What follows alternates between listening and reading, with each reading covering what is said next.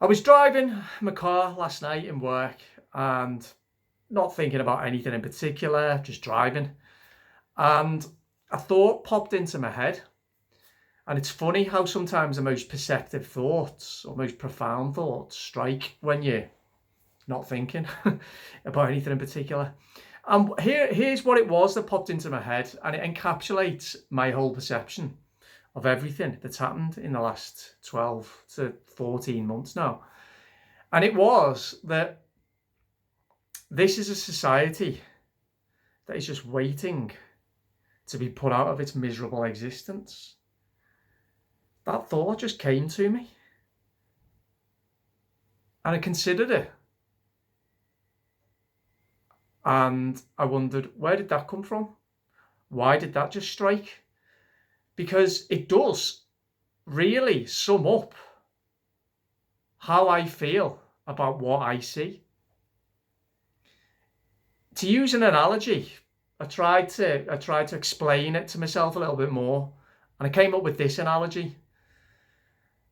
It's something similar to, say, a deer, a wild animal, say a deer, getting its leg trapped in a fence, and it struggles for a little bit, and then it gives up the ghost.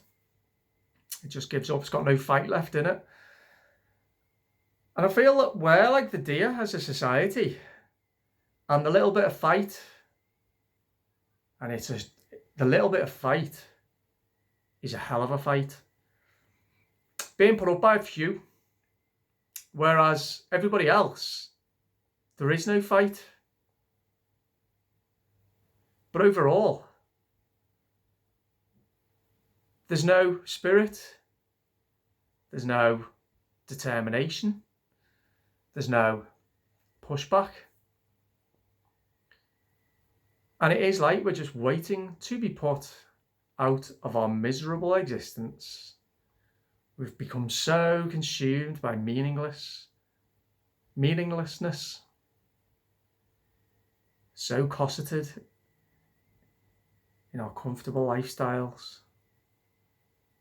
so impervious to the things that are going on around us, so distracted by the small things that don't matter, that we're not noticing the catastrophe that's unfolded, and wishing it would all go back to normal, but not doing anything to ensure that happens. Not up for the fight, essentially. And as I'm going to explain, not even up for having a conversation. Now, obviously, I want to exclude straight away. I want to make some exceptions. There are many exceptions. And this channel, I talk about, in essence, it's what is the individual's place in society. And my central argument is that we all as individuals must realise that we are a stakeholder and we inform the direction of society. It is not decided for us. But only some individuals understand that. And only some individuals can see, or not even see, can see and are willing to take action against the tyranny that's unfolding. Only some. It's a minority. It's a very, very powerful minority with a very powerful voice. These are the truth seekers. These are the brave souls. These are the people who are going to protests, the people who are creating content, the people who are trying to positively influence, the people who are living through values such as truth, freedom, courage, integrity, and dignity, and are refusing to be coerced, are refusing to be bullied, and are refusing to live their lives dictated by fear and paranoia. And I give thanks to all of those individuals. Even the simple act of not following rules that you've decided are wrong, not obeying, not showing blind obedience. Again, those people, they are on the right side of history. But as I say, the channel is about the individual and the individual's relationship to society. And society, broadly as a whole, has has failed. It's broken. It seems to have no worthy causes. It certainly doesn't appear to have any concept of the need to ensure that the society that we do have is maintained or improved for the next generation. And as a result, we have tens of millions of people offering nothing. And I mean nothing. And I want to touch on when tyranny descends, or the threat of tyranny presents itself, we don't only now have the threat, but we have tyranny. Some would say it's mild compared to other regimes in other countries. And I take that point. But it's not mild compared to what we had just 1 year ago. It is severe and it can get worse. And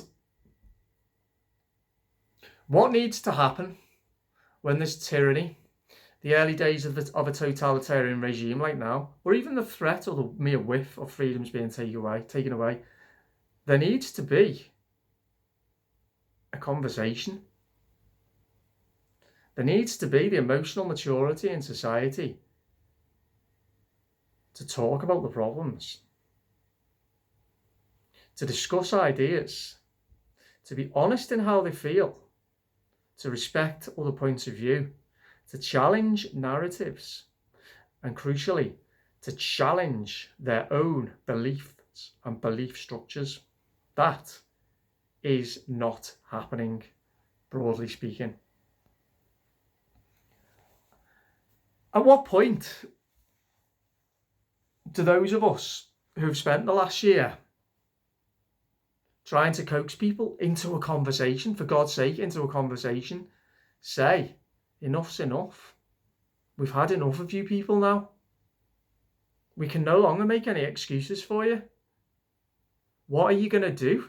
Even the smallest of actions, what are you going to do to supplement what we're doing? What are you going to do to bring about a change in fortunes? What are you going to do to take a stand? And people, I'll make another video about, there's a number of different types of character that have been revealed in the last year in how they are perceiving and reacting or not reacting to what's happened. But if we split those who aren't speaking out and those who aren't rejecting tyrannical rules, which is the majority, we split them. And there are those who are so far gone, it's so far indoctrinated, it's unbelievable, but they are in the minority. And to be honest, I give up on them. There's no point expending any energy. So I want to talk about everybody else. And those people, by and large, aren't happy with where we are at the moment. They're probably not enjoying their lives. Well, they're not. They're struggling, they're concerned, they're worried, they're anxious. But they are letting fear dictate to them. They're letting the situation dictate their lives entirely. We are all subject to claustrophobic rules at the moment. But there are those of us who are allowing those rules to rule us. And there are those of us who are refusing to allow that to happen. And out of that group that I've just talked about, I want you to let me know in this video whether you're relating to what I say here and to what I'm about to say. Because frustrating isn't the word. The two, out of that group, you've got one group one type of person who will just, deep down they know something's up. Even if they won't admit it. But it's reflected in their other behaviours, like they'll be breaking the lockdown rules. They'll let things slip every now and again. You can just tell they are not in support of what's happening. They're in this cognitive dissonance, but they can't explain why. And when you try to explain to them, Shutters come down. Blinkers are on. I could say, I do say, you point to verifiable, indisputable facts. Show them something physically. What do you think of this? You ask them to explain so that you can understand where they're coming from, and they can't. And I don't exaggerate, and I promise I do not exaggerate one bit when I say that 1 year into this now, let's call it 13 months actually, 13 months into this now, mid-February 2020 was when this really started to infiltrate the public consciousness. 13 months into this now, I have not heard not a single argument from a single person, not one sentence uttered from somebody's mouth that justifies any of this, that justifies their participation in it. Not one. Not one logical argument. Not one. It's absolutely astonishing. Not a single argument that isn't so easy to demolish. But more to the point, how many arguments have I actually heard? Counting all of those that are media sound bites, government slogans, hardly any. The very few that I have, you counter so easily because you want to try and make sense of it. You want to try and play devil's advocate. You want to try to demolish that argument. Why do we want to demolish that argument? Because the burden of proof is on those who have created policy around lockdowns, and those who support it and advocate it by following all the rules and refusing to engage in debate. So if they refuse to engage in debate, or then they do engage in debate and they say something ridiculous, something stupid, or something that is so open to criticism that it has to be criticised, taken to task, of course you're going to demolish that argument. That's what a debate is. Try and demolish the other person's argument. At the same time, try to learn from their perspective. But we don't know what their perspective is because they won't talk to us. And they just shut you down, tell you to shut up, ignore you. Or if they do give you the silly government sound bites and you take them, you ask them to explain a little bit further, that doesn't make sense. Where's the logic in this? I can contradict what you're saying. Bang, shut us down, shut you off, no more conversation. Basic dereliction of duty of every citizen in this country, refusing to engage in a debate around the biggest challenge that we have faced since the Second World War. In fact, far more serious in my eyes. Wow. That's where we are with that group of people. And the funny thing is with this group of people is they'll often say to you things like, stop talking about it. I don't want to talk about it all the time. Wow, the rich irony of that is those of us who are highlighting the problems and trying to provide solutions by talking about it in the first instance, we're doing that because everything in the world is being dictated to us by one thing, and we don't want that. We want our lives back. We want to talk about everything else. We want to do different things. We want people to be engaged in different discussions, different interests. But no, because everyone's so consumed by COVID and their behaviours are dictated to such an extent regarding by the policies that have been implemented as a result. It's them that needs to change, not us. But they won't, because they refuse to talk about it. They won't challenge their own beliefs. Why? Is it because deep down? Do they not talk about it because deep down they know they can't defend themselves? That would make sense to me. Why? Well, because it is indefensible, isn't it? What's happened is indefensible. And maybe that's why people don't try to defend it, because they know that they're on shaky ground. They can't. You know, I'm not saying either, and I would never say this, and I don't say this. Don't listen to me. How do I know what I'm talking about? I haven't got the truth. All I ever ask for is a conversation. I can spot holes in arguments though. I can see insanity when it's staring me in the face, and I want answers. And I want to know why people who are going along with everything and who won't engage in a debate that needs to be had, that is affecting absolutely everyone, and some people horrendously. I want to know. And they do have a duty. But no, let alone not breaking rules, no, not even having a conversation. I find it's not frustrating. I don't know what the word is. I've certainly lost a lot of respect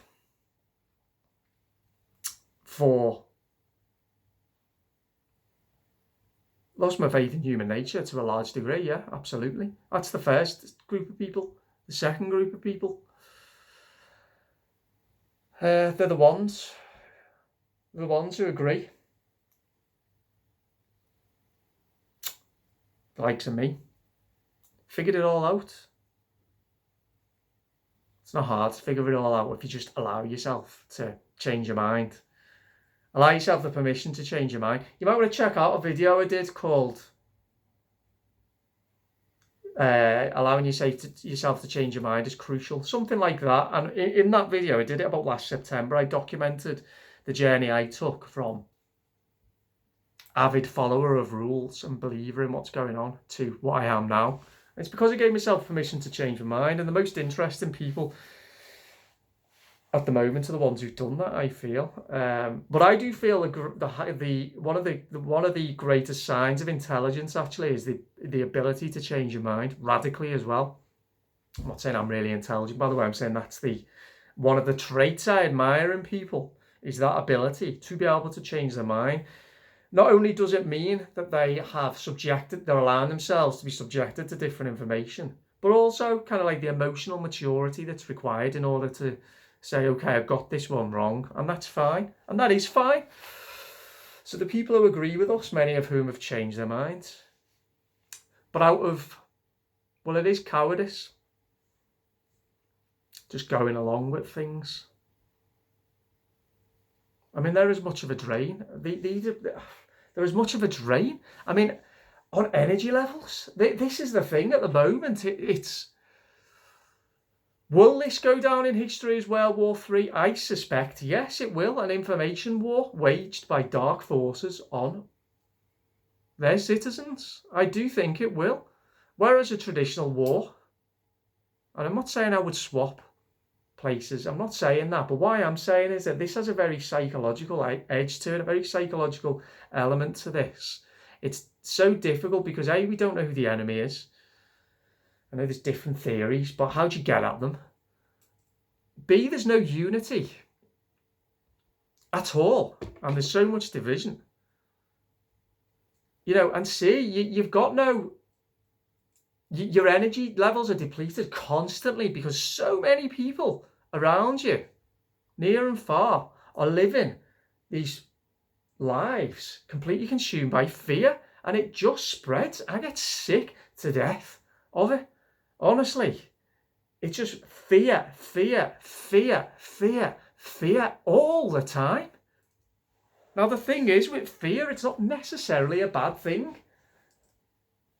It's part of the human condition, fear, but fears need to be acknowledged, understood, and worked through to the best of our ability. And once a society is gripped by fear, it's really not in a good place.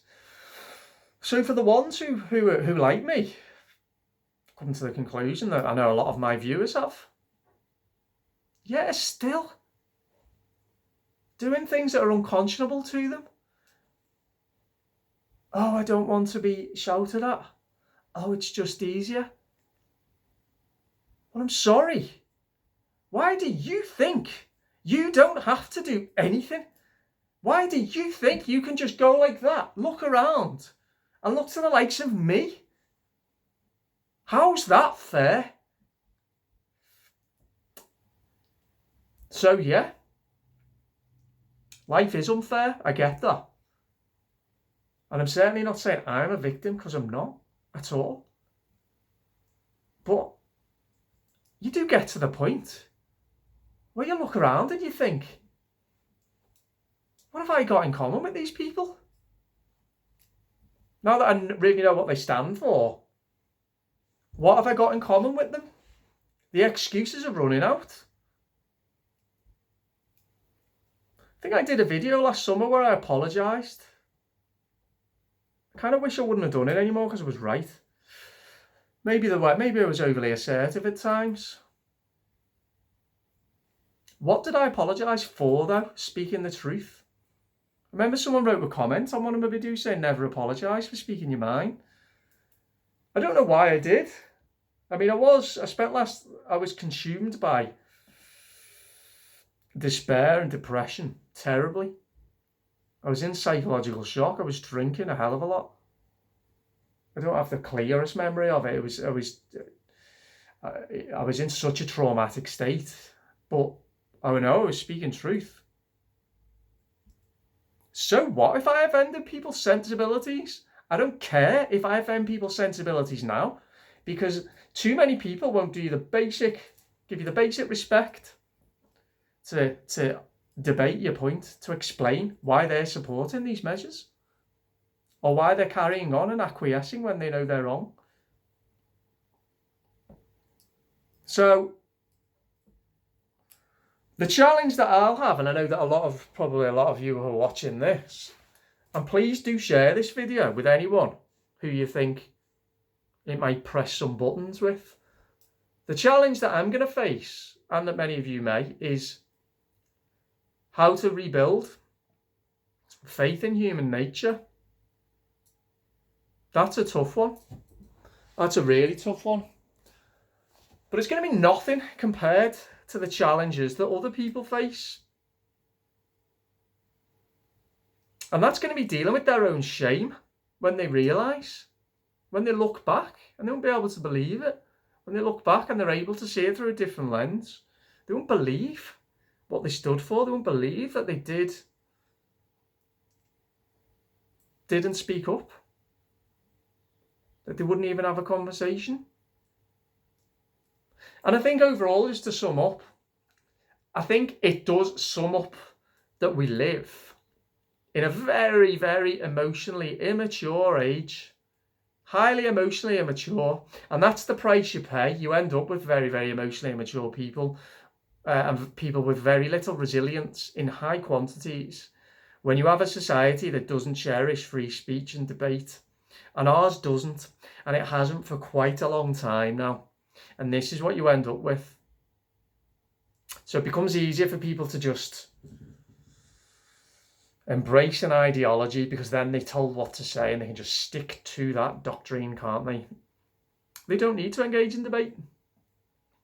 The government, the TV and the media has fed them what to say, and they'll say it.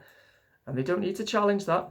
They don't need to challenge their own beliefs, and they're not paying enough attention into their own descent into moral depravity, which is chilling and terrifying.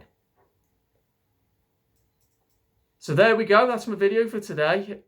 24 minutes long. Bit of a rant, that one, but that's just how I'm feeling today. So there we go. All right. Please do subscribe. It will really help me if you do. I'd love to reach more people with my videos. So please do subscribe and share. And I'd love to hear your views on what I've said today. All right. Speak to you soon. Bye-bye.